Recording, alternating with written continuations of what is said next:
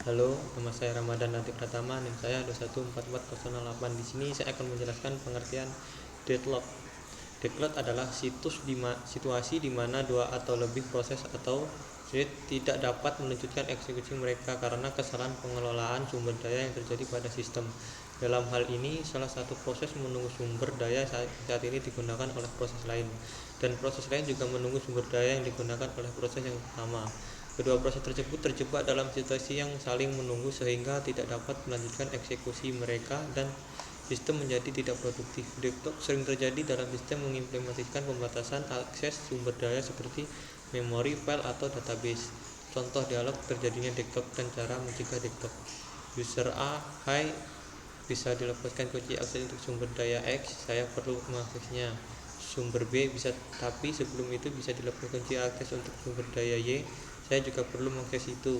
User A, "Saya tidak bisa melepaskan kunci akses sumber daya Y sampai kamu melepaskan kunci akses sumber daya X."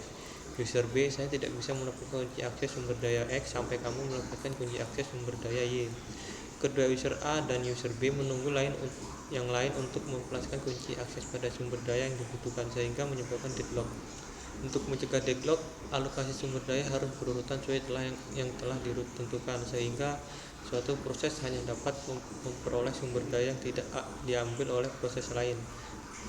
Harus ada batas waktu dalam pemegang sumber daya oleh suatu proses. Setelah itu sumber daya akan dilepaskan secara otomatis jika tidak digunakan.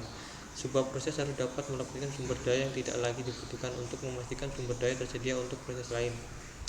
Sebuah proses harus dapat menghentikan dan mengembalikan suatu permintaan dan pelepasan sumber daya sebelum melakukan deadlock. Sistem dapat menerapkan algoritma multi-delta yang akan memeriksa potensi data dan mencegahnya dan tidak mengizinkan berbeda dari sumber daya yang terkumpul. Oke, sekian, terima kasih.